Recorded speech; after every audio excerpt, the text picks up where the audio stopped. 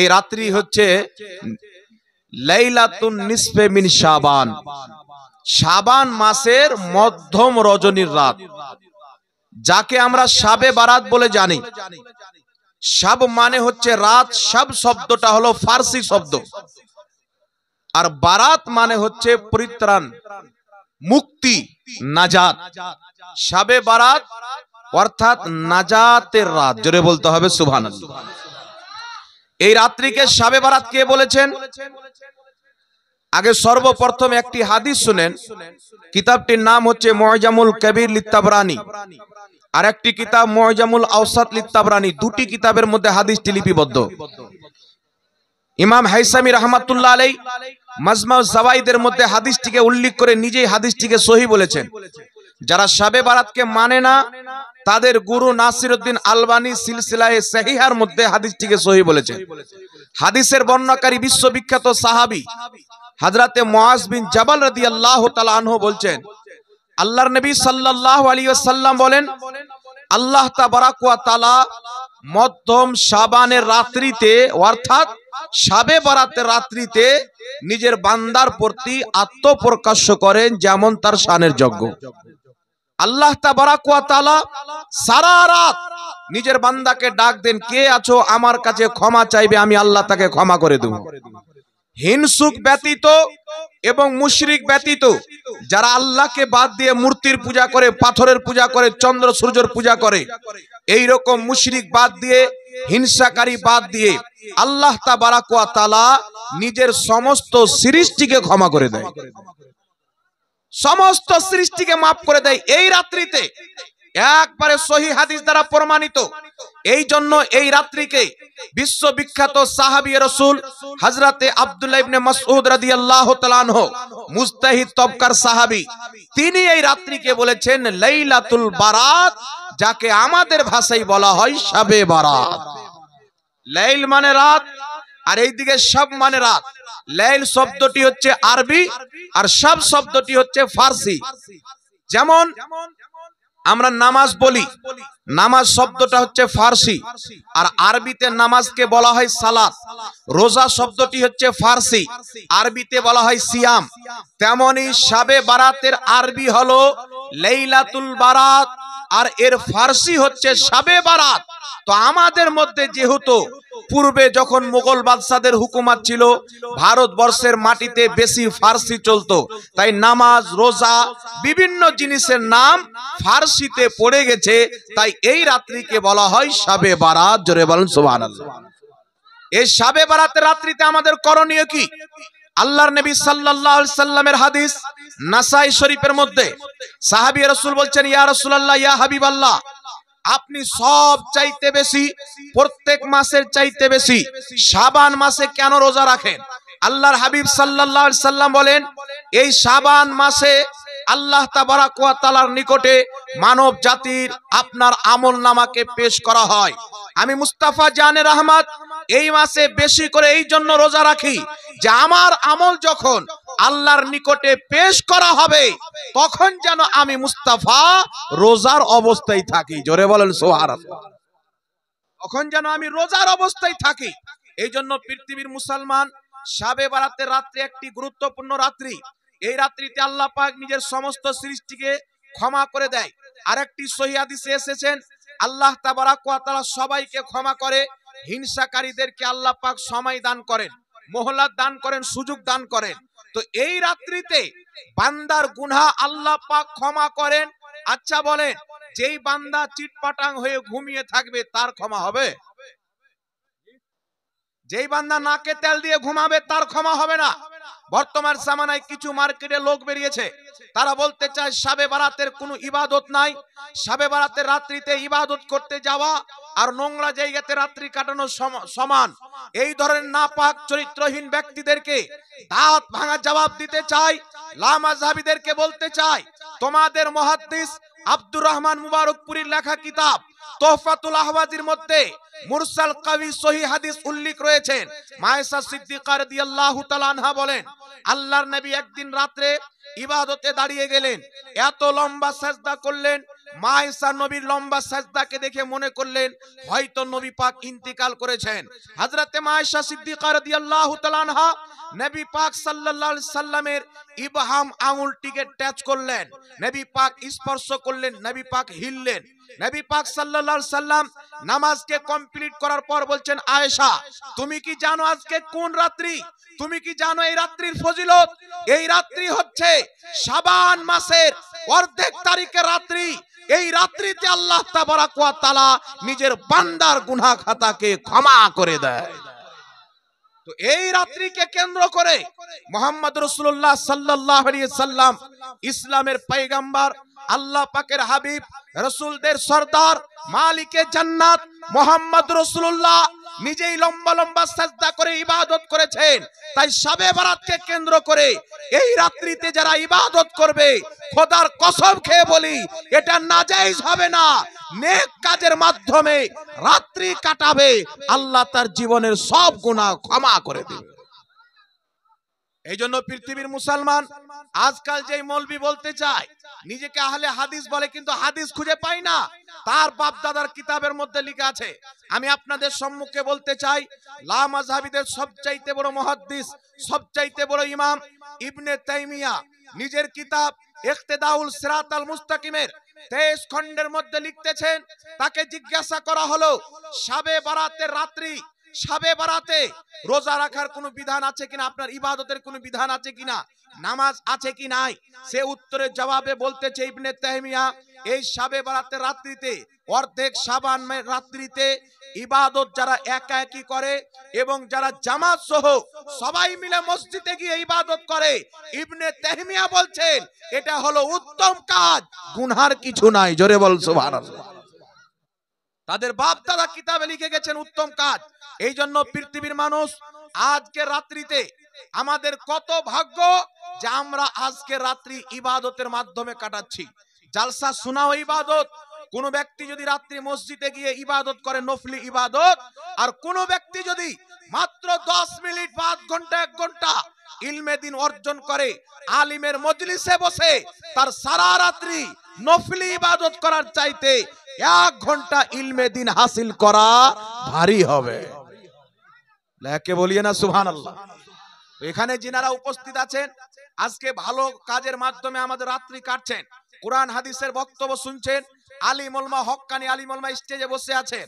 আমি ইনাদের সামনে হচ্ছে পুকুর আর ইনারা হচ্ছে সমুদ্র। তো ইনারাই মাসনাদ আমাকে বসিয়েছেন, আমি শুকরিয়া আদায় করি। আপনাকে বলতে চাই শবে বরাতের রাত্রিতে ইবাদত করবেন।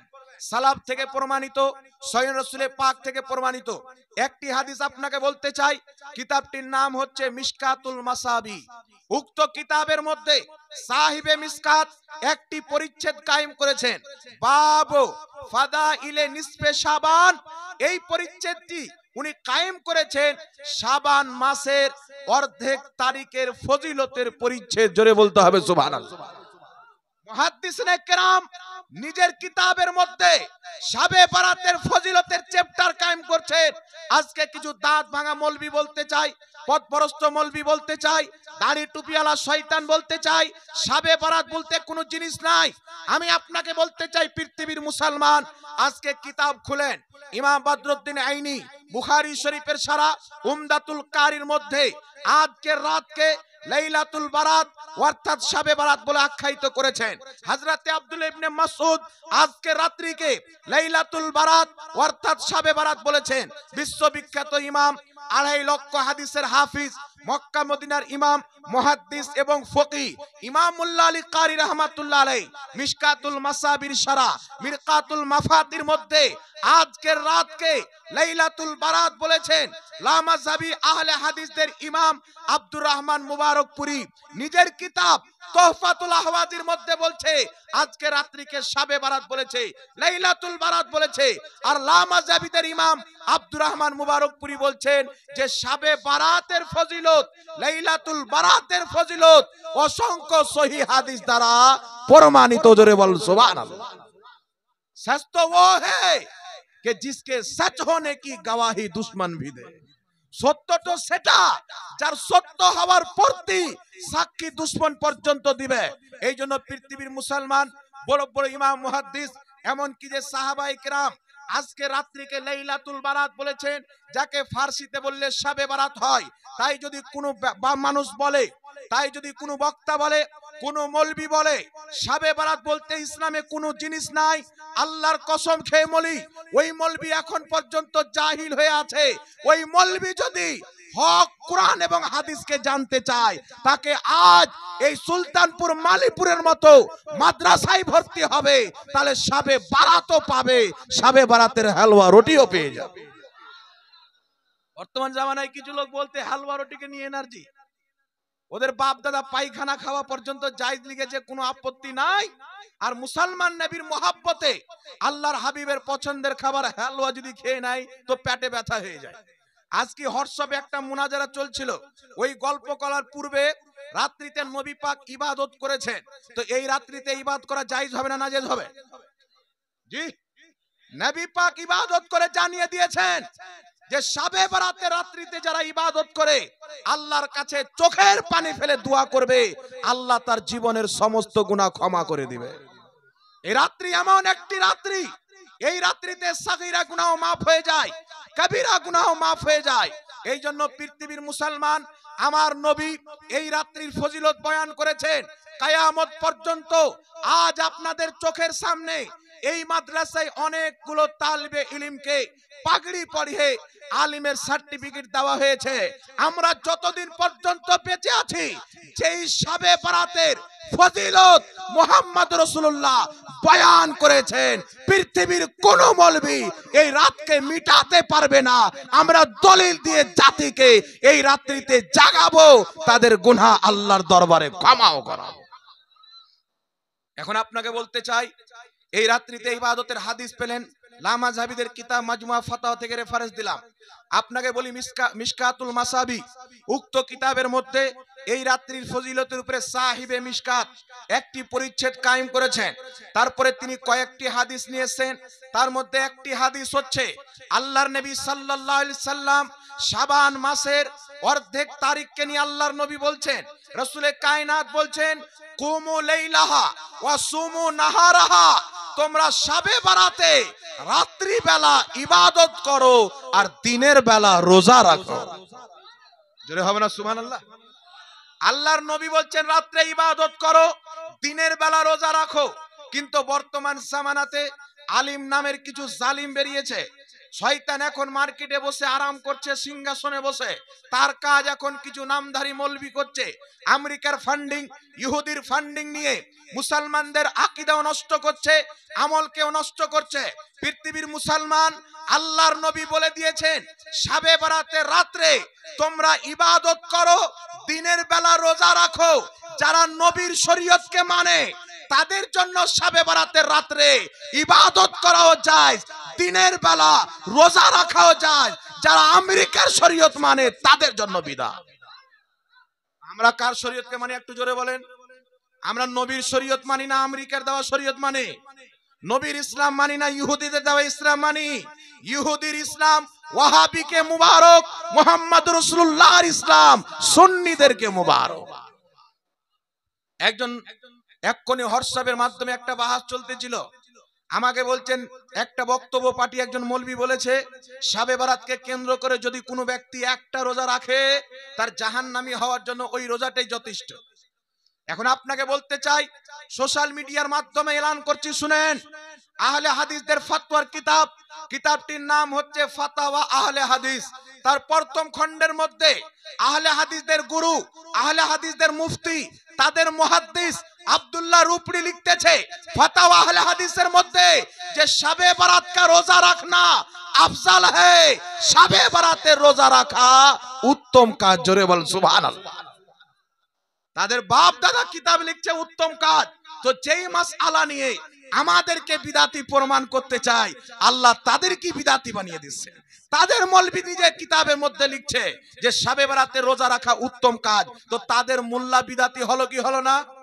তাদের ফতোয়া বিদাতি হলো কি হলো না? তো তাদের ইমাম যদি বিদাতি হয় তাহলে মুক্তাদি আবার সুন্নাতি হবে? জোরে বলেন। একটা গাড়ির ড্রাইভার যদি মালদা যায় তো প্যাসেঞ্জার কলকাতা যাবে না, ড্রাইভার গাড়ি যেই দিকে নিয়ে যাবে প্যাসেঞ্জার ওই দিকে যাবে। লামাযহাবীদের গুরু ঘান্টাল নিজের কিতাবের মধ্যে শাবে বরাতের রাত্রির ইবাদতকেও উত্তম লিখেছে, রোজাকেও উত্তম লিখেছে। তো যদি জাহান্নামী হয়, লামাযহাবীরা জাহান্নামে যাবে, সুন্নিরা জাহান্নামে যাবে না। আমরা নবীর কথা মেনে রোজা রেখেছি না, কি বলে? নবীর কথা মেনে রাত্রে ইবাদত করছি। এই জন্য পৃথিবীর মুসলমান আল্লাহর নবী কি বললেন? আমি শাবান মাসে বেশি করে রোজা রাখি, কারণ এই রাত্রিতে আল্লাহ পাক বান্দার আমল আল্লাহর দরবারে পেশ করা হয়। তো আমি মুস্তাফা জানে রহমত চাই, আমার যখন আমল নামা পেশ হবে আমি যেন রোজার অবস্থায় থাকি। এই জন্য আমরা মুসলমান শাবে বারাতে এবং শাবান মাসে বেশি করে রোজা রাখার কথা বলি, যেন আমাদের আমল যখন আল্লাহর দরবারে পেশ করা হবে তো আমরাও যেন রোজার অবস্থায় থাকি। একটু জোরে হবে না সুবহানাল্লাহ? এবার আপনাকে একটি কথা বলছি শুনেন। কালকে কোনো ব্যক্তি আপনাকে এসে বলবে মিশকাত শরীফের মধ্যে যে রোজা রাখার হাদিস আছে, হাদিসটি জয়ীফ। কালকে কেউ আপনাকে বলবে হাদিসটি জয়ীফ, একটু লক্ষ্য করে শুনেন। তো জয়ীফ হাদিস মানে হাদিস নয় এমন কথা নয়। কিছু লোক মানুষকে একটা ব্রেন দিতে চায়, একটা ভুল ধারণা মানুষের ব্রেনে ফিট করতে চায়। হাদিস জয়ীফ বলে দিল মানে হাদিস নাই, ওর প্রতি আমল করা জায়েজ নাই, এরকম কিছু লোক ধারণা তৈরি করে না। কিন্তু আমার দিকে লক্ষ্য করেন, এই পৃথিবীর মানুষ হাদিস সহিহ হয়, হাদিস হাসান হয়, হাদিস জয়ীফ হয়। আর যেটাকে জাল হাদিস বলে ওটা হাদিসই নয়। যেটাকে জাল হাদিস বলে ওটা হাদিস নয়, ওকে আরবিতে বলা হয় মাউযু। আর মাউযু হাদিস এটা হাদিস নয়। সহিহ হাদিস ও হাদিস, হাসান হাদিস ও হাদিস, জয়ীফ হাদিস ও হাদিস, যাকে বাংলাতে বলা হয় দুর্বল হাদিস। এইবার দুর্বল হাদিস কাকে বলে? আমি হাদিস শুনেছি আপনার হযরত আল্লামা মুফতি শাহীমউদ্দিন আজহারীর কাজ, তিনি হাদিস শুনেছেন তিনার শিক্ষকের কাজ, তিনি হাদিস শুনেছেন আবার অন্য কারীর কাজ। এই যে মিডিল একটি সনদ রয়েছেন, এই বর্ণনাকারীর মধ্যে একজন ব্যক্তি মাঝে মাঝে কথা ভুলে যায় বা বয়স বেশি হওয়ার কারণে কিছু উল্টা পুল্টা বলে দেয়। তো ওই রাবীর সরল শক্তি দুর্বল হওয়ার কারণে হাদিসটিকে দুর্বল বলা হয়, নচেত হাদিস দুর্বল হয় না, দুর্বল হয় সনদ। কথা মনে হয় বুঝে আসেনি? সনদ দুর্বল হয়। হাদিস হচ্ছে নবী পাকের হাদিস, কিন্তু দুর্বল হাদিস কি হাদিস নয়? আমি আপনাকে বলি শুনেন, একজন ব্যক্তি যদি নিজের বাড়িতে কদ্দুর চাষ করে, কদ্দু মানে আপনারা জানেন তো, কদ্দু বা তোরাই, তোরাইকে কি বলা হয়? ঝিঙ্গা না কি বলা হয়? ঝিঙ্গার চাষ করেন, দেখবেন আমার বাবারা বা বাড়িতে মায়েরা যখন ঝিঙ্গার গাছ লাগায় তো পাটকাঠি গেড়ে ওই পাটকাঠির উপরে পাটকাঠির চালা দেয়, ঝিঙ্গার গাছ চড়ে চালার উপরে। চড়ে কি চড়ে না? আচ্ছা বলেন তো, কোনো ব্যক্তি যদি টিনের চালা দেয় তাহলে পাটকাঠি দিলে হবে? খুঁটা, খুঁটা যদি পাটকাঠির দেন চালা পাটকাঠির, আর যখন টিনের পাট চালা দিবেন তখন খুঁটা কিন্তু আপনাকে বাঁশের দিতে হবে নাকি? আর যদি ওপরে ছাদ দেন তাহলে বাঁশের খুঁটাতে ছাদ চলবে? চলবে না। তখন আপনাকে খাম্বা দিতে হবে, খাম্বা না কি বলেন? তখন আপনাকে খাম্বা দিতে হবে। অনুরূপ ভাবে কোন জিনিসের ফরজ হওয়ার জন্য, ওয়াজিব হওয়ার জন্য, জরুরি হওয়ার জন্য সহিহ হাদিসের প্রয়োজন পড়ে, হাসান হাদিসের প্রয়োজন পড়ে। আর কোন জিনিসের বৈধ এবং উত্তম এবং মুস্তাহাব হওয়ার জন্য জয়ীফ হাদিসই যথেষ্ট। সুবহানাল্লাহ। কথা আমার ধ্যান দিয়ে শুনলেন কি শুনলেন না বাবা? ফরজ এবং ওয়াজিবের জন্য সহিহ এবং হাসান হাদিসের প্রয়োজন, আর জায়েজ এবং মুস্তাহাবের জন্য হাদিস যদি জয়ীফ থাকে, জয়ীফ হাদিস হচ্ছে যথেষ্ট। এখন আপনাকে বলতে চাই, কোন ব্যক্তি যদি আপনার পাটকাঠির চালা দেয় আর তাকে এসে যদি একজন ব্যক্তি বলে যে তুমি এ আপনার খাম্বা দাও, ঢালাই করে শিক দিয়ে খাম্বা দাও, তাহলে লোকটা তাকে পাগল বলবে কি বলবে না? যে আমি চাষ করব ঝিঙ্গার, তো চালা দেবো পাটকাঠির, তো খাম্বা কেন দেবো, পিলার কেন দেবো, ঢালাই করে 1000 টাকা খরচ করে, 1000 টাকা খরচ করে পাটকাঠির বেড়া দিলি তো আপনার মানুষ হয়ে যাবে নাকি বলেন? জোরে বলেন।